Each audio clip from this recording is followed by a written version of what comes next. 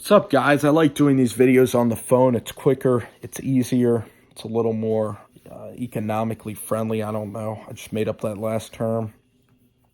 Daniel Jones was amazing today.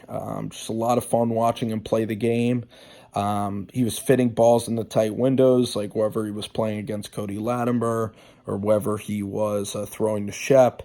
He just has a quick release, and he was making big level throws across the field. That throw on 3rd and 5 in overtime, the pump fake touchdown he threw, the throw to, I think, Caden Smith, wide open on that 3rd and 5. Now, you could say that the Redskins didn't have a lot of starters out there and that the Redskins secondary had players off the street that were coming in. That is absolutely 100% accurate.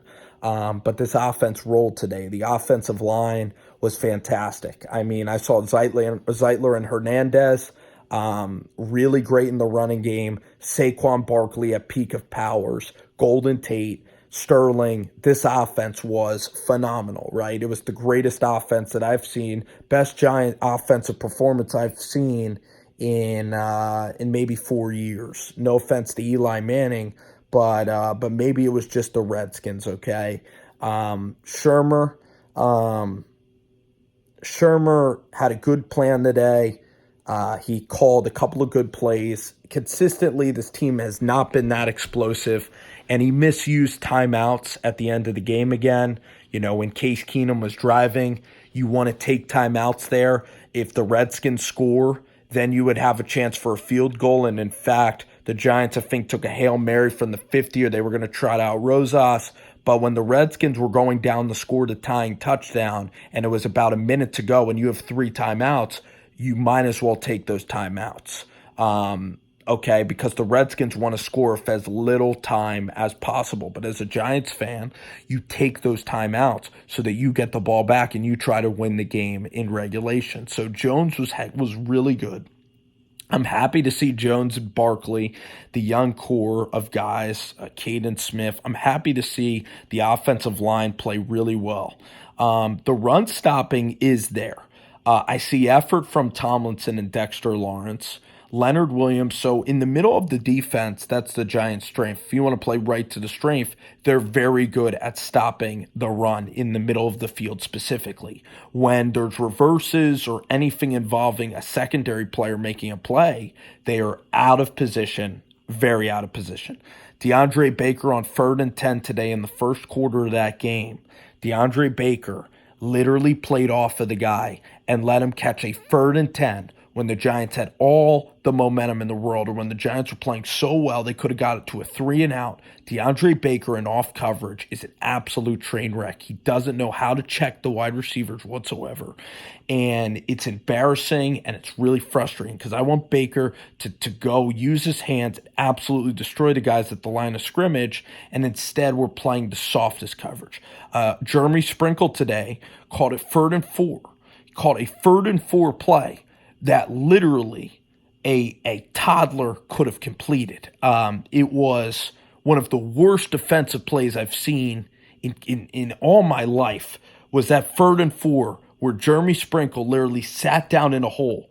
The zones of that defense, you could drive a Mack truck through it. You could drive 15 Hummers through that zone defense. Anybody can throw. And the Giants defense made Dwayne Haskins and Case Keenum look like Young and Montana out there by playing soft coverage, that Ballantyne play, him smiling as he got a pass interference. Case Keenum, for some reason too, our defensive players also, with the pass rush, they're incapable of sacking mobile quarterbacks, whether it's Marcus Golden or whoever. So, yeah, it was frustrating. But I'm not going to be the guy that's going to say, I'm disappointed that we won for Chase Young. I can't chastise those people that much. I kind of, in the middle of the year, went through that phase where I wanted, Shurmur gone, whether it was the Cardinals game. I didn't care if they lost, or the Lions game. But now I just want to see these guys get some wins. And,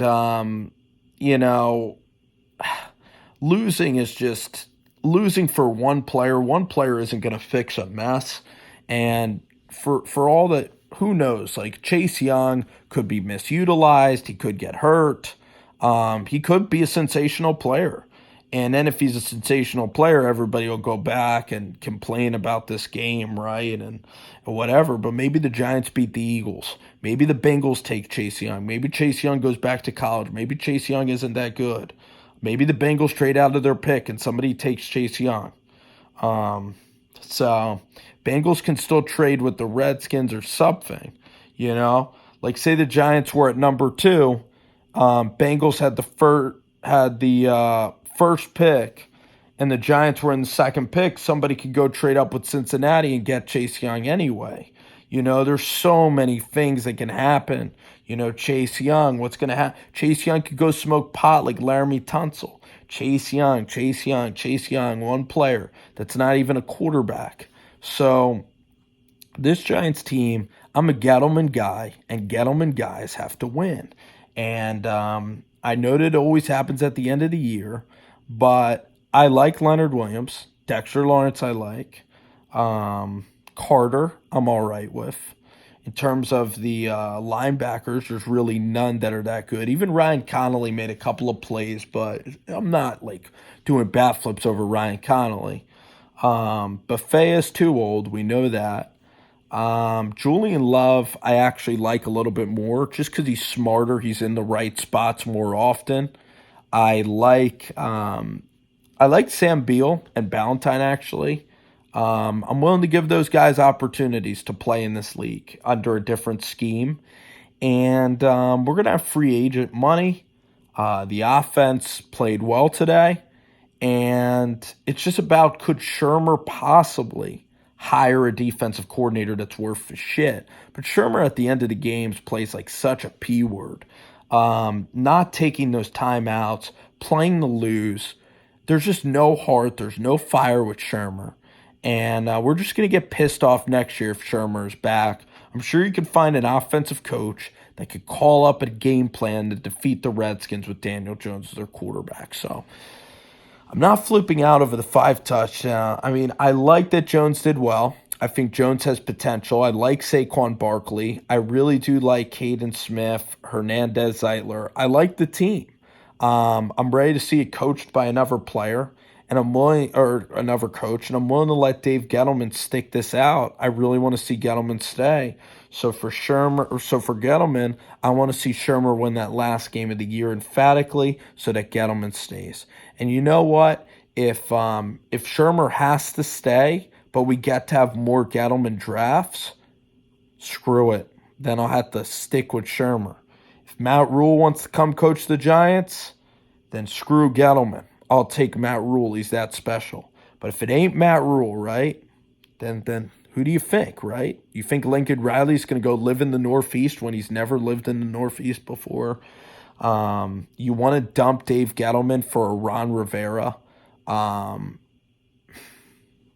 Anything to keep Gettleman, I'll do. I really think Dave deserves time with, what Jerry Reese has left him and with the Eli contracts and with no cap space.